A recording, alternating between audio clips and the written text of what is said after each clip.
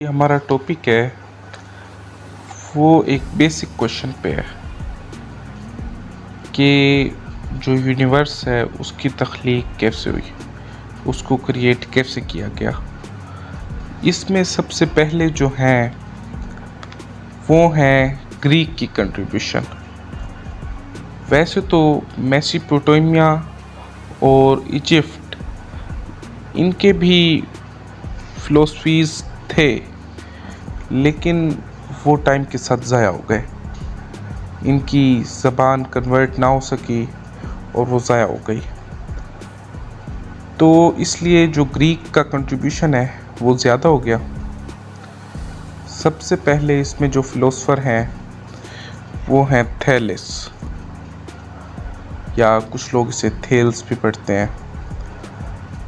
तो इनके मुताबिक जो है कायनात की जो फंडामेंटल है वो वाटर है। मतलब हर चीज़ की जो हकीकत है वो वाटर है। पानी से हर चीज़ पैदा हुई है। तमाम चीज़ पानी से पैदा होती है और इसी से मतलब आगे ज़हूर पज़ीर होती है। ये बहुत ही बेसिक दर्जे की ग्रीक फ़िलोसफी है। इसके बाद एनेक्सामेंडर आ जाते हैं, जिन्हें लोग एनेक्सीमेंडर भी पढ़ते हैं।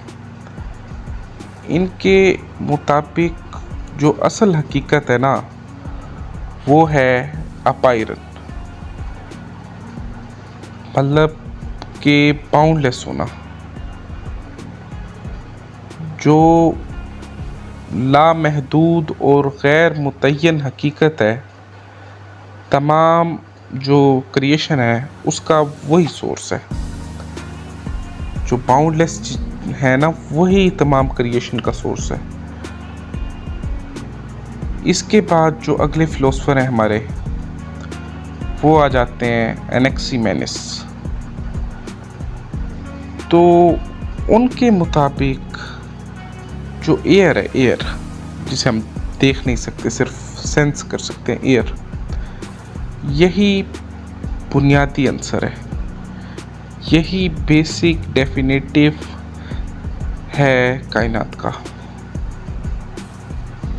हवा के जो फैलने और सिकुड़ने से कायनात में वजूद में चीज़ें आती हैं। ये जाहिर सी बात है ग्रीक ट्रेडिशन है, तो इसमें कुछ बातें सही हैं, कुछ बातें गलत हैं। ये वाला फ़लसफ़ा जो है ये तो आपको पता है कि आज मॉडर्न साइंस कुछ हद तक इसको तस्लीम करती है कि एक एयर का भी कंट्रीब्यूशन है, लेकिन असल में ये बुनियादी सच नहीं है। इसके बाद जो हमारे फ़िलोसफ़र हैं जिन्होंने भी कायनात के मतलब बारे में लिखा है कि कायनात कैसे वजूद पे आई, इसमें हेराक्लाइटस है। कायनात की जो सिंबॉलिक रिप्रेजेंटेशन है इनके मुताबिक वो फायर है। और इनका मशहूर जो फ़िलोसफी है वो ये है कि हर चीज़ कंटिन्यूसली तब्दील हो रही है, कंटिन्यूसली चेंजिंग हालत में है। और फायर जो है वो सिंबॉलिक है और वो सिंबलाइज करता है कायनात को, यूनिवर्स को। इसके बाद आ जाते हैं पैथागोरस। इनका चूँकि उससे बैकग्राउंड था मैथ से, तो इन्होंने कुछ वैसी डेफिनेशन दी है कायनात की कि जो कायनात की जो असल हकीकत है वो नंबर्स है। ये बात काफ़ी आज के जो जदीद साइंस है इसके नज़दीक पहुंच गई है। वैसे तो ये सारी ज़बान के खेल हैं, मतलब बातों की हैं। असल में तो ये बस बात को घुमा फिरा के कर रहे हैं। नंबर्स हैं वो भी एक ऐसे ही फंडामेंटल एंटिटी बन गए हैं, वरना उसका कोई ज़बान से ताल्लुक़ था नंबर्स का। आज उनको हमने उन बेसिक हालत में ढाल लिया। तो ये बता रहे हैं कि जो कायनात है, यूनिवर्स है, वो नंबर्स हैं।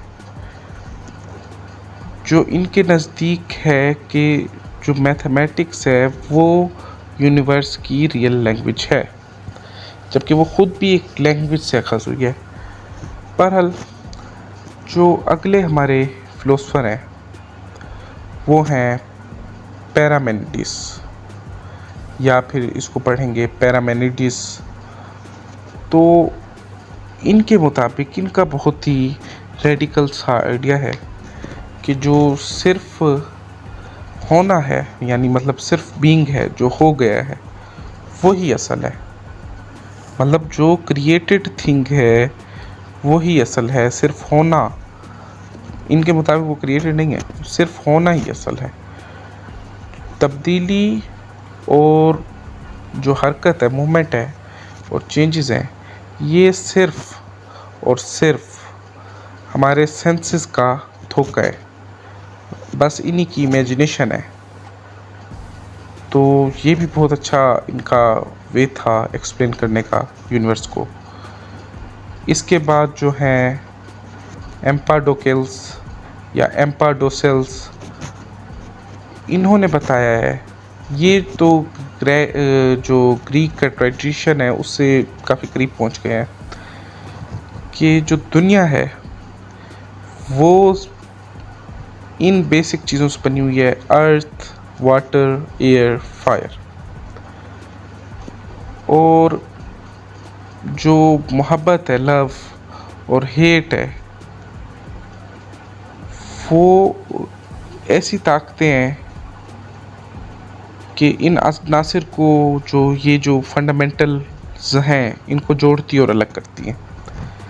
इसका ये पुराना ट्रेडिशन है, जैसे वो हर जगह चला हुआ था कि दुनिया 5 बेसिक एलिमेंट्स से, इसने भी वैसा ही कुछ ट्रेडिशन के तौर पे दिया है। इसके बाद जो अगले फिलोसफर हैं उनका नाम है एनेक्सागोरस। इनके मुताबिक जो यूनिवर्स है वो नाउस मुनज़्ज़म करता है। मतलब जो माइंड, कायनात को जो है ना, यूनिवर्स रियल नहीं है, मतलब इसके मुताबिक यही हो गया। इसको जो हमारा माइंड है ना वो मुनज़्ज़म कर रहा है, जो क्या नाम है, अकल है ना, अकल वही कायनात को तरतीब कर रहा है। मतलब कायनात ऑर्डरनेस नहीं है, हमारी अकल उसमें ऑर्डर पैदा कर रही है। ये भी बहुत अच्छा इनका वो है, कंट्रीब्यूशन है। इसके बाद जो अगले फिलोसफर हैं वो हमारे हैं ल्यूसिपस। तो इन्होंने जो मॉडर्न कॉन्सेप्ट ऑफ एटम है उसके करीब करीब बात की है, कि जो मादा है, मादा, मैटर, वो इंतहाई छोटे नाकाबिले तकसीम ज़रात पे मुश्तमिल है। फिर इसी के बुनियाद पर वो जो एटॉमिक साइंसेस की बुनियाद रखी गई। एटम का मतलब ही लिटरली यही है कि हम ऐसा पार्टिकल जिसको मज़ीद तकसीम ना किया जा सके, एटमॉस से निकला ही। इसके बाद इसी के असर में डेमोक्रेट्स जो हैं, या डेमोक्रेटिस्ट जिसे पढ़ते हैं हम, उन्होंने कहा कि जो यूनिवर्स है वो एटम्स और वाइट इससे बनी हुई है। हर तब्दीली जो है वो एटम की हरकत का नतीजा है। यही बेसिक नज़रिया आगे जाके मॉडर्न साइंस की बुनियाद बना। इसके बाद जो क्लासिक में जो ग्रीक के फिलोसफर हैं उन्होंने क्या नाम है, कुछ कहा है इसके बारे में। जैसे प्लेटो है, उन्होंने कहा है असल हकीकत जो है वो मटेरियलिस्टिक दुनिया नहीं है, मतलब असल नहीं है मटेरियलिस्टिक दुनिया। उनके मुताबिक जो वर्ल्ड ऑफ फॉर्म है वो है असल दुनिया। हमारी दुनिया जो उन परफेक्ट थिंग है उनका अक्स पेश कर रही है। मतलब एक चेयर है, आपके दिमाग में उसका ख्याल आ रहा है, जो आपके दिमाग में वो ख्याल है वो उसी का अक्स असल दुनिया में हमने बनाया हुआ है। ये भी बस ऐसे मेटाफिज़िकल सी बात है और इसके ऊपर कुछ साइंस की बुनियाद तो नहीं रखी जा सकती, लेकिन बहरहाल ये एक एक्सप्लेनेशन है। अगले जो हैं एरिस्टोटल, इन्होंने जो फंडामेंटल्स हैं उनमें से एक बात की है। इसमें वो कहते हैं कि जो मैटर और फॉर्म है ना, उसी से मिलकर हर चीज़ बनी है। उन्होंने अनमूव्ड मूवर का एक आइडिया भी पेश किया है, जो मतलब कायनात की आखिरी होने की वजह है, मतलब आखिरी ज़रूरत है, लाजिम है, इल्लत है, जिसे हम कह सकते हैं उर्दू में। अब हम आगे चलते हैं इंडियन फ़िलोसफी पे। इंडियन ट्रेडिशन भी बहुत रिच रहा है, इसमें भी बहुत सारे फ़िलोसफर्स ने कंट्रीब्यूट किया है। सबसे पहले जो हमारे पास नाम आता है, वो हमारे पास नाम आता है कपिला का, कि कायनात या यूनिवर्स दो हकीकतों से बनी है। मतलब टू ट्रू फंडामेंटल्स हैं कायनात के, प्रकृति और पुरुषा। शऊर और जो मादा है, मतलब कि जो शऊर है इंसान का और जो मटेरियल है, ये दोनों अलग अलग चीज़ें हैं। इन दोनों को इंटरमर्ज नहीं किया जा सकता, ये दोनों अलग अलग हकीकतें हैं। ये है बात। इनका भी फ़िलोसफी बहुत ज़्यादा गहरी है। इंडियन ट्रेडिशन में बहुत सारी फ़िलोसफीज़ मतलब आई हैं और इन्होंने इसको बहुत सारों को एक्सप्लेन किया है। इनकी जो सेल्फ वाली फ़िलोसफीज़ हैं वो भी बहुत सारी हैं। इसके बाद हमारे पास आ गई है जो इंडियन ट्रेडिशन में से है, वो गौतम बुद्ध की फ़िलोसफी हमें मिलती है। गौतम बुद्ध ने कहा, उनका दरअसल में मकसद था वैसे तो कायनात को मतलब वो नहीं करना, कायनात को एक्सप्लेन नहीं करना, वो जो दुख और इसके बारे में उन्होंने ज़्यादा एक्सप्लेन किया है। लेकिन कहीं कहीं हमें मिलता है कि कायनात के बारे में उन्होंने एक्सप्लेन किया है कि वो कह रहे हैं कि जो हर चीज़ है ना, हर चीज़, एवरीथिंग, वो एक दूसरे के ऊपर इन्हिसार करती है, डिपेंडेंट है। हर चीज़ डिपेंडेंट है और उसी डिपेंडेंस की वजह से वो एग्जिस्ट कर रही है।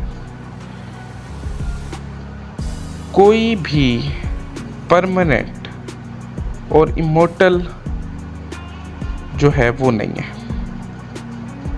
कोई भी परमानेंट और इमोर्टल चीज़ मतलब या अब्दी जो है वो खुद मौजूद नहीं है कायनात में। हर चीज़ डिपेंडेंट है। ये बहुत इनकी अच्छी फ़िलोसफी है। इनकी फ़िलोसफी इंडियन ट्रेडिशन की सबसे रिचर फ़िलोसफीज़ में काउंट होती है। इसके बाद हमारे पास कुछ चाइनीज़ फ़िलोसफर्स हैं। क्योंकि आज हम बेसिक की बात कर रहे हैं तो इंडिया में सिर्फ हमने 2 बात किया है और चाइना में भी हम 2 की बात करेंगे। तो इसमें से पहले फ़िलोसफर हैं ताओइज़्म के बानी ताओ डाओ। तो जो ताओइज़्म के बानी का नज़रिया है कि वो जो ताओ है, ताओ या जिसे हम डाओ भी पढ़ते हैं, वही जो है कायनात का सोर्स है। मतलब कायनात उसी की वजह से वजूद में आ रही है। कोई एक एनर्जी है जो हर चीज़ के अंदर है, वही उसको वजूद में लाने की वजह बन रही है। इंसान की को फितरत के बहाव के साथ जो है ना साथ ही रहना चाहिए। मतलब इसके फितरत के बहाव से अलग नहीं होना चाहिए, तब इंसान की डिस्ट्रक्शन शुरू हो जाती है। ये ताओइज़्म का नज़रिया है जो हम आज बेसिक्स पे बात कर रहे हैं, डिटेल में इसकी बात में जाएंगे। इसके बाद जो चाइना के दूसरे मशहूर फ़िलोसफर हैं कन्फ्यूशियस, जिनके जो असूल हैं उनके ऊपर आज मॉडर्न चाइना की बुनियाद है। वो कहते हैं कि जो मुआशरे की बुनियाद है ना, मतलब सोसाइटी की बुनियाद, वो सिर्फ जस्टिस और रिस्पेक्ट पर है। इंसान की जो इस्लाह है उसी से जो वेलफेयर है और इस्लाह है स्टेट की, वो मुमकिन हो सकती है।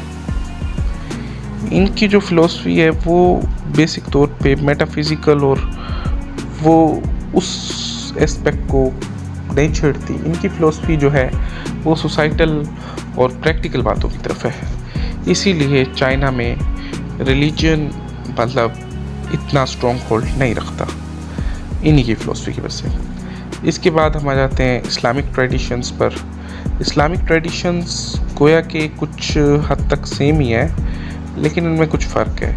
इसके हैं सबसे पहले जो है वो है अल-किंदी। तो इन्होंने बताया हमें कि जो खुदा है मतलब जो गॉड है वो हर चीज़ का पहला सबब है, फर्स्ट कॉज है। और जो फ़िलोसफी है और रेवलेशन है उसमें कोई फ़र्क नहीं, मतलब क्योंकि इनके मुताबिक जो रेवलेशन है वो नेचर है, तो नेचर और फ़िलोसफी में फ़र्क नहीं हो सकता। इसके बाद हम आ जाते हैं दूसरे फ़िलोसफर इस्लामिक पर। इनमें हैं अल-फ़ाराबी हैं। इन्होंने जो है खुदा जो है ना मतलब गॉड है वो बातदरीज मतलब फेसेस में क्या नाम है खुदा जो खुदा हैं उन्होंने फेसेस में कायनात को वजूद दिया है। जो अकल है, अकल सेंसेस हैं और अकल है वो जो यूनिवर्स है उसको समझने का ज़रिया है। इसके बाद हम अगले फ़िलोसफर पर चलते हैं, इब्न सीना है। इनके मुताबिक जो गॉड है वो नेसेसरी बीइंग है और infinite regress of causes possible नहीं है और बाकी सब पॉसिबल बीइंग्स हैं और हर चीज़ खुदा के वजूद पर मुनहसर है, मतलब डिपेंडेंट है खुदा के वजूद से। फिर इसके बाद अल-गज़ाली आ गए हैं। इन्होंने बताया कि खुदा जो है ना उसने कायनात को अदम से पैदा किया, मतलब जब कुछ नहीं था तब खुदा था और फिर उसने कायनात को पैदा किया। और क्या नाम है खुदा की जो मर्ज़ी है उसके बग़ैर कोई भी चीज़ कुछ नहीं कर सकती। इसके बाद जो हैं इब्न रुश्द हैं, इन्होंने भी मुस्लिम साइंटिस्ट हैं। इन्होंने जो अकल और रेवलेशन है एक दूसरे के मतलब वही वाली बात की है जो अल-किंदी ने की है कि एक दूसरे के मुखालिफ नहीं। फ़लसफ़ा मतलब जो फ़िलोसफी है वो अगर हमारी ठीक हो तो मज़हब जो है रिलीजन है उसको बेहतर तौर पर समझने में मदद करती है। इसके बाद जदीद साइंस का नज़रिया है, इसमें सबसे पहला बिग बैंग का नज़रिया है कि मतलब 13.8 अरब मतलब 13.8 बिलियन ईयर्स पहले एक बहुत ज़्यादा गर्म चीज़ और बहुत ज़्यादा एनर्जी वाला मैटर एग्जिस्ट कर रहा था। वही है जिसने बिग बैंग किया और पॉइंट ऑफ एग्जिस्टेंस से फिर मतलब सारी चीज़ें वजूद में आई और वही है हर चीज़ का पॉइंट ऑफ एग्जिस्टेंस। लेकिन इसमें ये बात है कि ये बिग बैंग से पहले क्या हालात थे और बिग बैंग क्यों हुआ और बिग बैंग से पहले मतलब टाइम स्पेस और ये नहीं था, क्या था, क्यों नहीं था, इन जैसे जवाब पर इसकी और थ्योरीज़ हैं लेकिन सेटिस्फैक्ट्री जवाब नहीं दे सकी। इसी वजह से जो रिलीजन है, थीस्ट हैं, एथिस्ट हैं, तो इनकी चपकलिश इसी वजह से, इनकी लड़ाई इसी वजह से। अब जो अगला ट्रेडिशन है वो हमारा है जुडाइज़म का। इनके भी वही इस्लामिक और इब्राहिमिक ट्रेडिशंस हैं, तो इसलिए इनका भी वही नज़रिया है कि जो खुदा है उन्हों का ये यावेह कहते हैं, उसी ने मतलब कायनात को अपनी मर्ज़ी और कुदरत से पैदा किया है और कायनात मतलब मॉर्टल है, इमॉर्टल नहीं है। और जो क्रिश्चियनिटी है इसके मुताबिक जो कायनात है वो अदम से तख्लीक हुई है, क्रिएशन एक्स नाइलो, इस वजह से कायनात तख्लीक में आई है। जो यूनिवर्स है इसमें हर चीज़ का एक रिस्पॉन्सिबिलिटी है, इसका एक कॉज है जिसकी वजह से ये है। इसके बाद अगर हम आ जाएं ज़ोरेस्ट्रियनिज़्म पर, तो जो ज़रतश्त हैं या ज़ोरेस्ट्रियन है, इनके मुताबिक जो अहूरा मज़दा है, खैर मतलब पीस और स्टेबिलिटी और मतलब लाइट का जो है ना, वही सोर्स है। और दुनिया में खैर और शर की लड़ाई जारी है, मतलब गुड और इविल की लड़ाई हमेशा दुनिया में जारी है। और जो इंसान है वो, उसका ये मतलब काम है कि उसे सच्चाई का साथ देना चाहिए।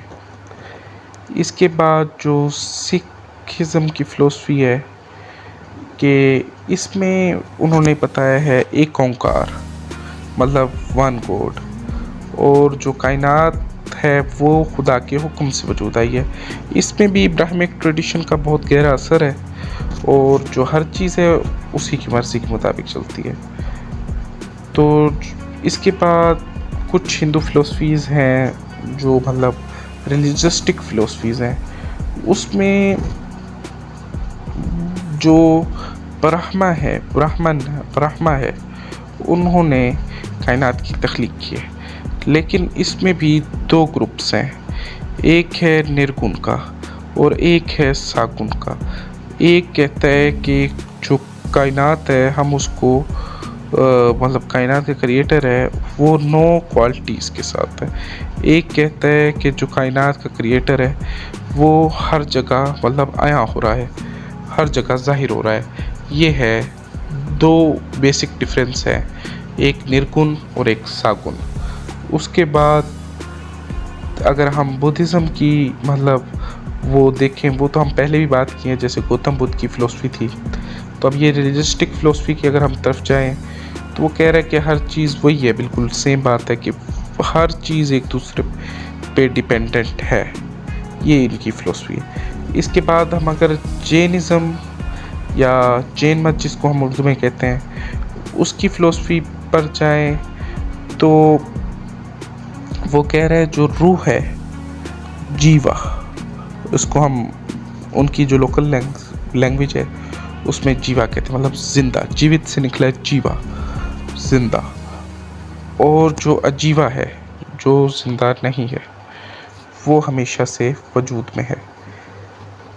ये है जैनिज़्म की फ़िलॉसफ़ी।